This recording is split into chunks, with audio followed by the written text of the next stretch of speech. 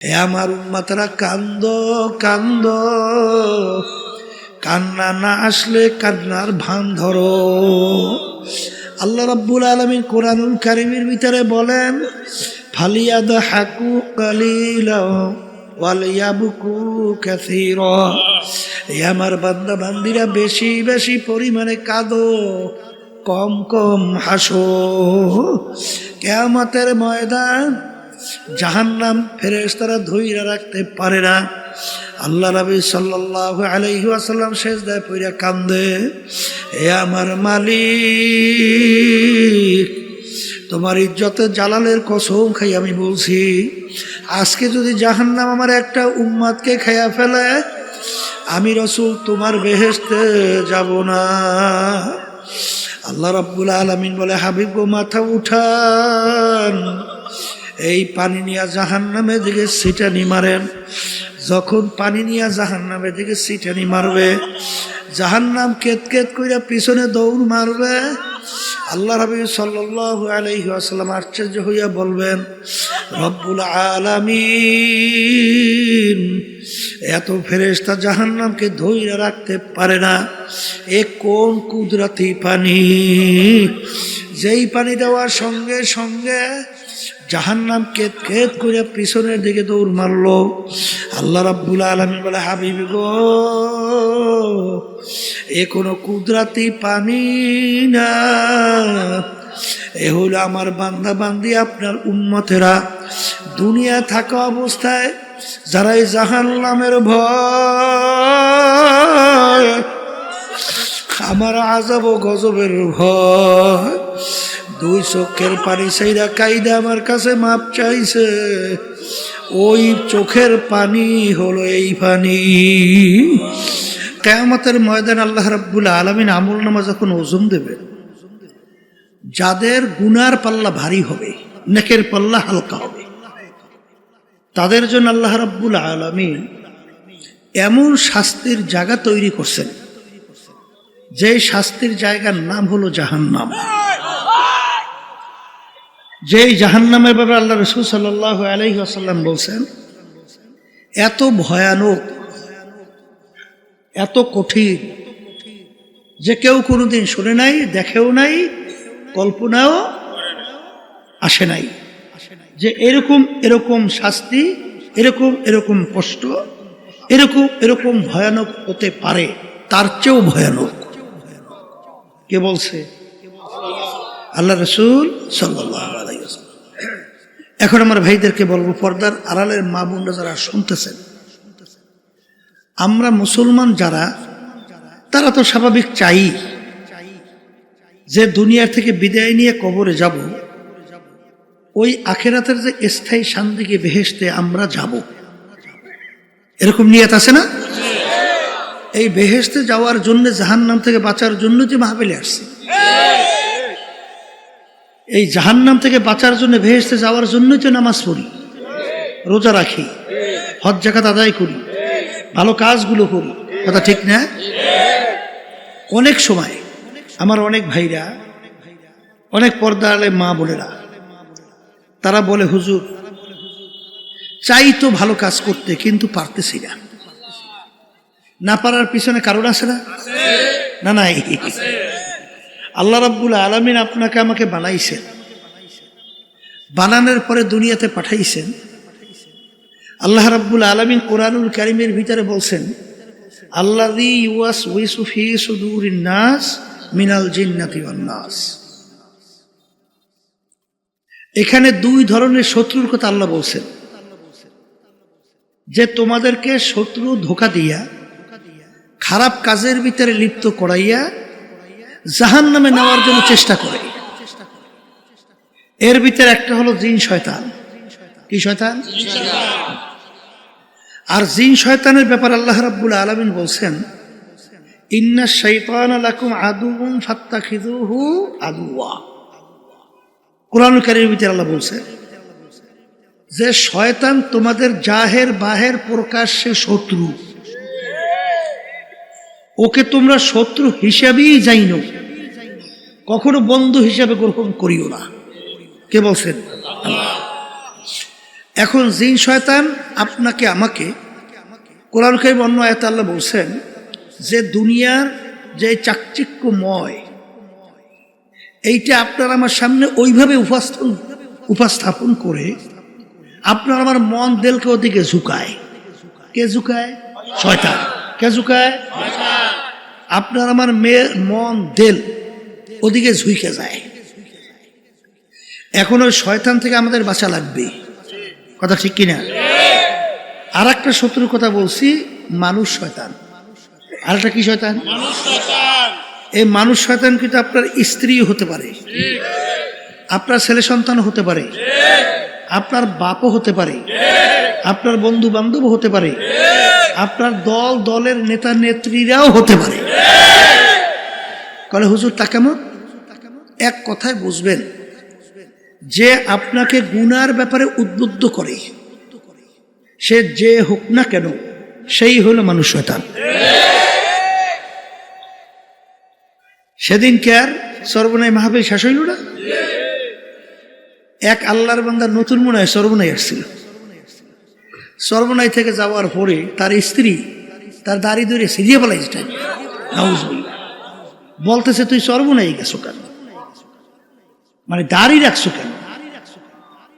সে আমার কাছে মোবাইল করে কান্দে আর বলে হুজুর, আমি বলছি ধৈর্য ধরেন, আল্লাহ রাব্বুল আলামিন হেফাজত করবেন। যদিও নাকি তার স্ত্রী নেকের কাজে কি দেয়? বাধা দেয়। এ হলো মানুষ শয়তান। এই শয়তান মানুষ। আর একটা শত্রু আছে, নফসে আম্মারা শয়তান, যেটাকে নফসে আম্মারা বলা হয়। কোরআন কারীমের ভিতরে কিন্তু আছে, কথা ঠিক না? যেটাকে নফস বলা হয়। এখন শয়তান থাকে কোথায়? আল্লাহ রাসূল সাল্লাল্লাহু আলাইহি ওয়াসাল্লাম বলেন, প্রত্যেকটা বনি আদমের কলবের মধ্যে শয়তান মজবুত হইয়া বসে। আর শয়তানু জাসিবুন আলা কলবি বানি আদম। প্রত্যেকটা বনি আদমের কলবের ভিতরে শয়তান মজবুত হইয়া বৈশা করে কি? ওয়াসওয়াসা দেয়। ইউওয়াসওয়িসু ফি সুদুরিন নাস। কি দেয়? কি ওয়াসওয়াসা দেয়? গুনার কাজ করাবার ব্যাপারে বিভিন্ন ধরনের বুদ্ধি পরামর্শ ধোঁকা দেয়, কথা ঠিক না বেঠিক? এখন শয়তান তো থাকে কলবের মধ্যে, ঠিক না? এখন আগে তো শয়তানকে কলব থেকে সরানো লাগবে। কি করা লাগবে? তা আপনি যদি লাঠি দিয়ে পিটাপিটি করেন, কলব থেকে শয়তান ভাগে? এই তরবারি দিয়ে যদি কোপাকুপি করেন, ভাগবে?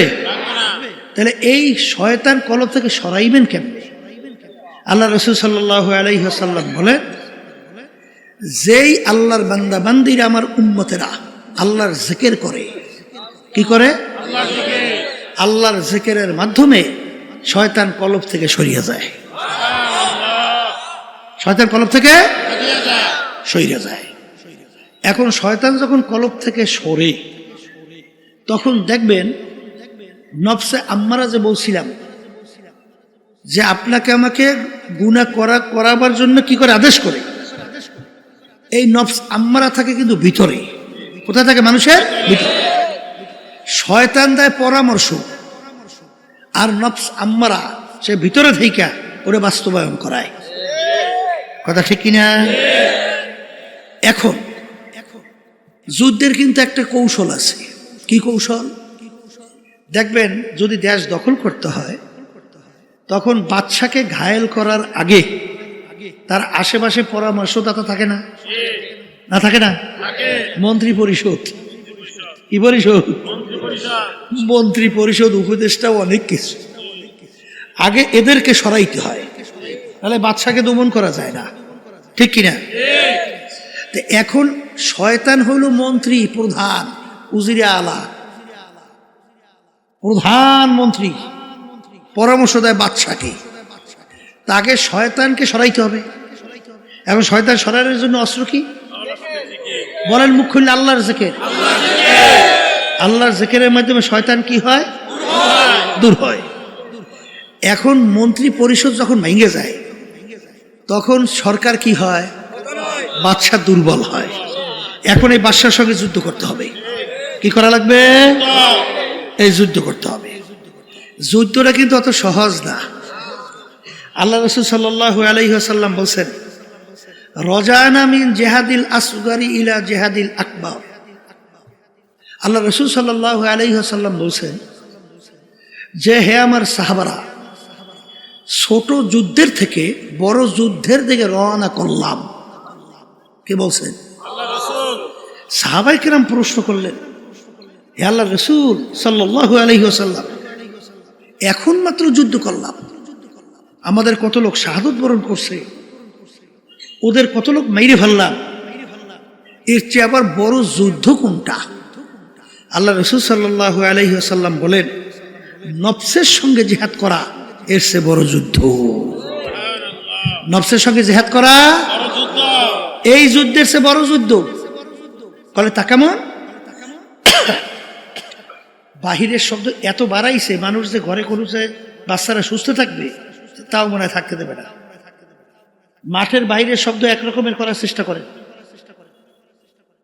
মনে হয় যেন এক পদের লোক আছে, শব্দ কোনো মানুষ ওই শব্দে কোনো কান পাতা যায়, এত জোরে শব্দ বাড়ায়।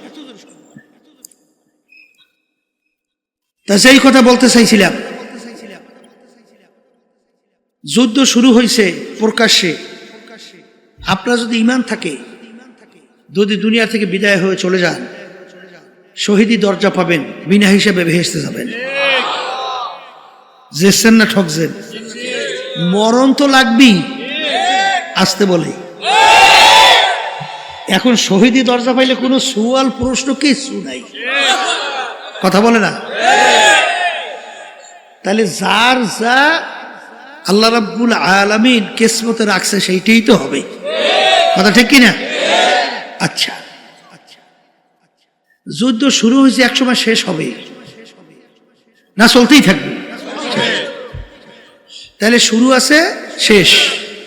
আর ইসলামের পক্ষে যদি আপনার নিয়ে সহি থেকে আল্লাহকে রাজি খুশির উদ্দেশ্যে আপনি যদি যুদ্ধ করেন, দুনিয়া থেকে বিদায় হইলে কি হবে? শহীদ দরজা, বিনা হিসেবে বেহেশত। আর নফস আম্মারা, ওই যুদ্ধে যদি আপনি ঠইকে বসেন তাহলে চিরতরে জাহান্নামী। অনেক সময় ঈমান হারা হয়ে কবরে যাবে, তাই ঈমান হারা হইলে তো চিরতরে জাহান্নামী, কথা ঠিক কিনা? এরপর নফস আম্মারার সাথে যুদ্ধ, ওইলো গোপন শত্রু, দেখা যায় না। নফস দেখা যায়, তাহলে গোপন শত্রু প্রকাশ্যে শত্রুর চেয়ে বড়, কথা ঠিক কিনা? এই জন্য বড় যুদ্ধ।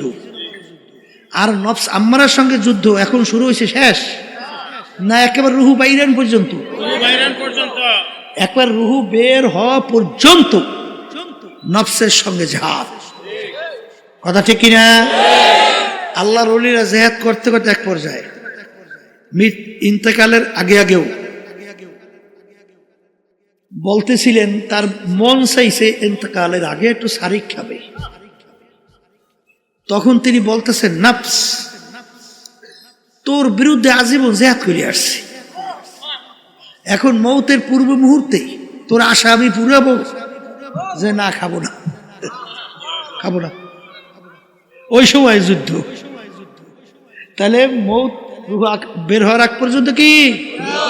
তাহলে যুদ্ধ বড়, আর গোপন শত্রু বড়, আর ওই যুদ্ধে ঠকলে জাহান্নাম, তাহলে সব দিক থেকে কি বড়, কথা ঠিক কিনা?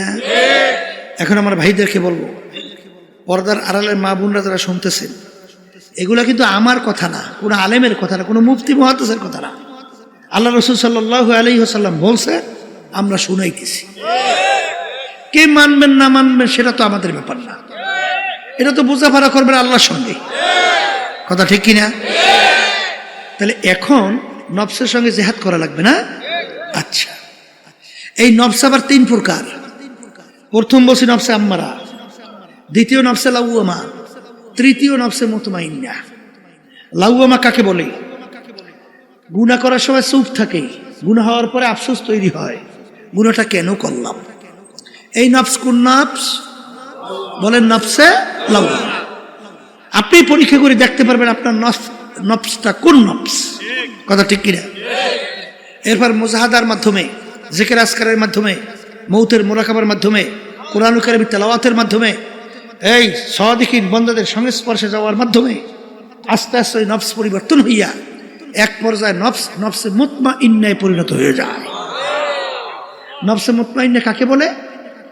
গুনাহ করতে, গুনাহ ছাড়তে পারে আর নেকের কাজ করতে পারে। বলেন, গুনাহ ছাড়তে পারে, নেকের কাজ করতে পারে। এই নফসটা কোন নফস? বলেন, নফসে মুতমাইন্না।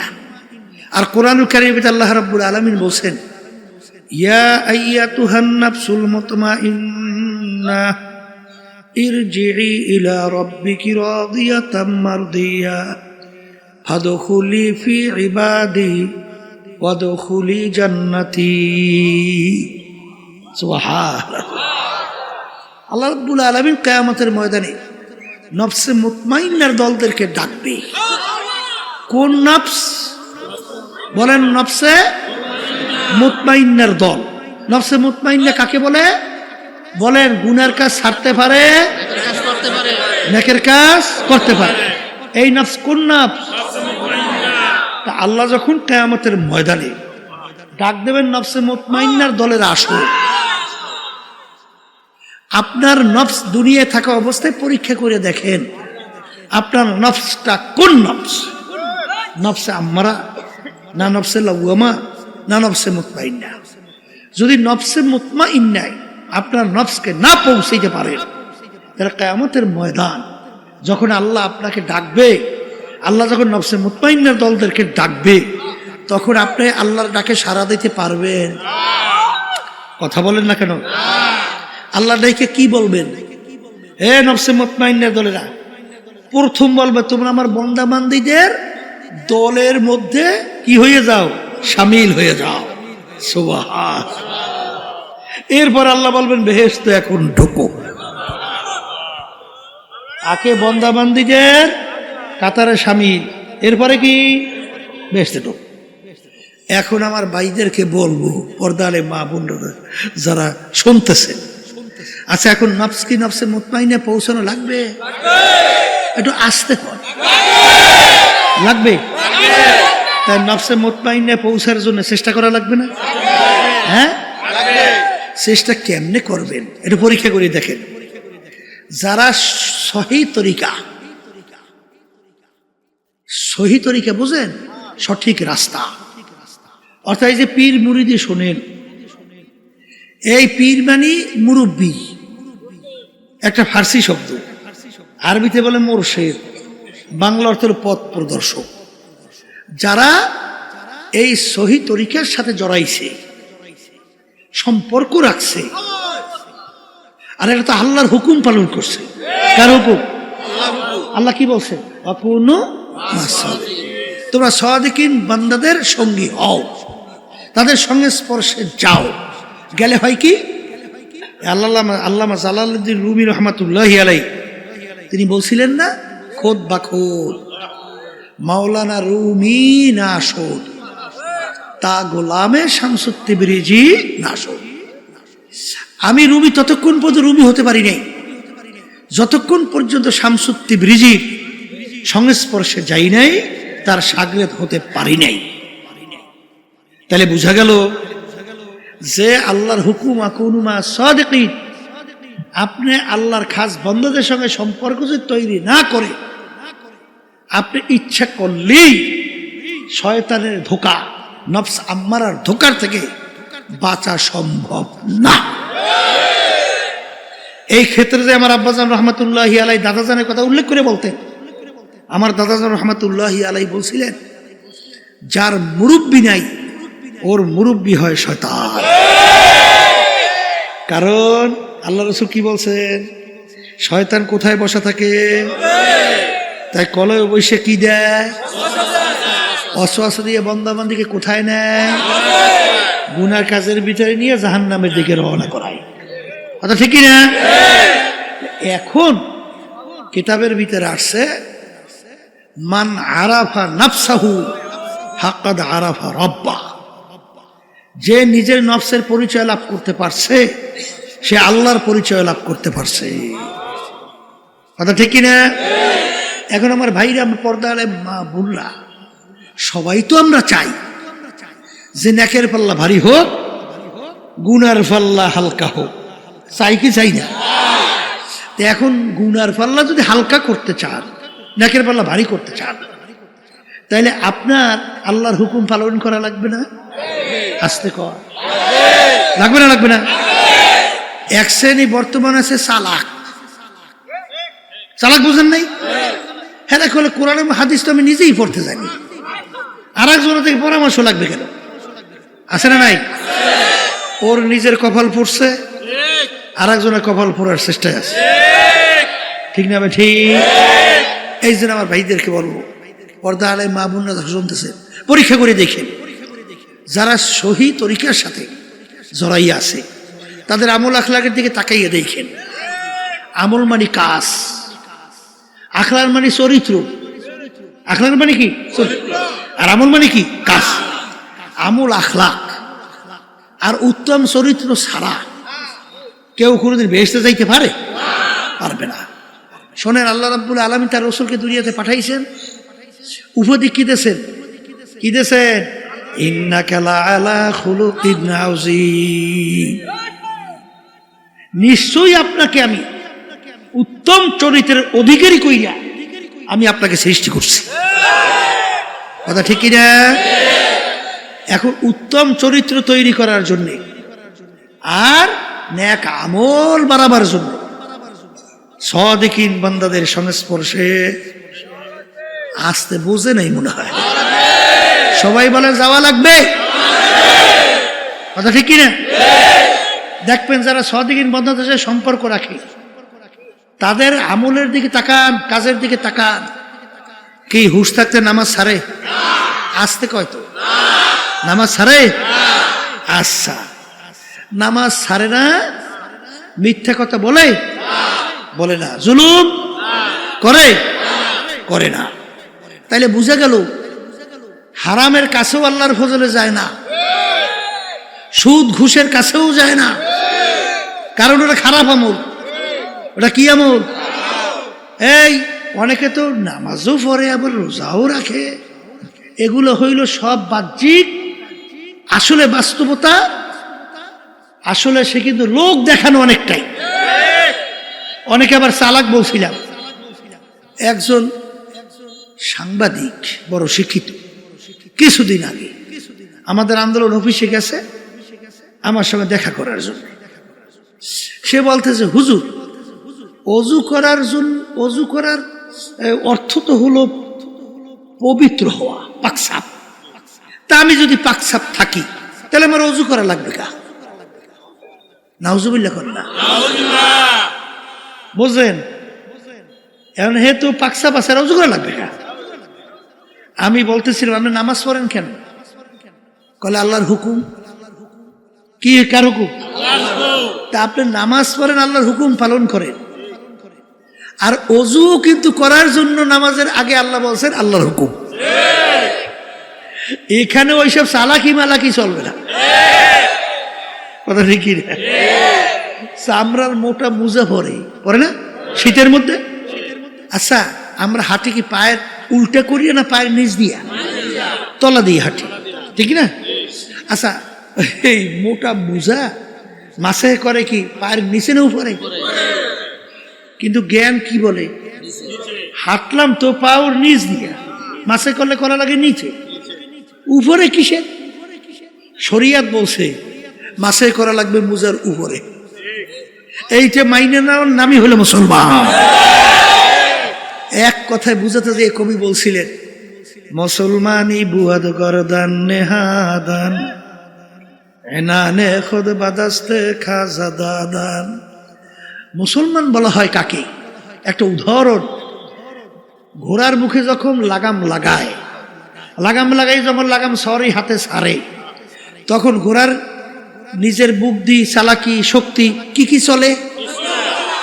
আপনারাই বলেন চলে না। অর্থাৎ ওই সওয়ারি ঘোড়াকে যেভাবে চালায় ওইভাবে চলা লাগে।